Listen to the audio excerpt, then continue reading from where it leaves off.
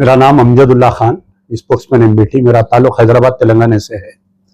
जैसे ही दरगाह हजरत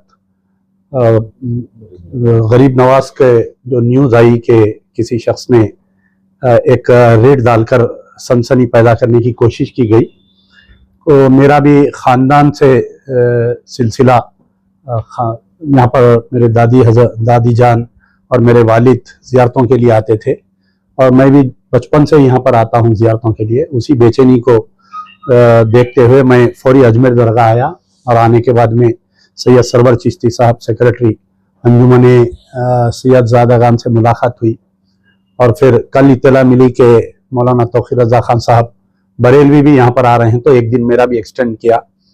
तो यहाँ पर आने जो सोशल मीडिया पे जो अफवाहें फैलाई जा रही है दरगाह के ताल्लुक से, यहाँ पर आके देखने के बाद में ऐसा कोई वाक़या नहीं है। सब सुकून में हिंदू मुस्लिम सब ज़ायरीन आ रहे हैं, यहाँ पर ज़ियारत कर रहे हैं। और मुझे कई कॉल्स, क्योंकि यहाँ पर साउथ से ज़्यादा ज़ायरीन आते हैं, ख़ास तौर पर तेलंगाना से, आंध्र प्रदेश से, कर्नाटका से। ऐसे न्यूज़ देख के जो हाल ही में संभल में वाक़या हुआ, तो कई लोग टिकट्स वगैरह कैंसिल करवा रहे थे। तो मैं अभी दोनों जिम्मेदारों से गुजारिश किया कि आप लोग अपील करिए कि यहाँ पर ऐसा कोई वाक़या नहीं है और उसके बेहतरीन एडमिनिस्ट्रेशन की तरफ से, कमेटी की तरफ से, जो भी यहाँ के जिम्मेदार है, बेहतरीन इंतजाम किए गए हैं।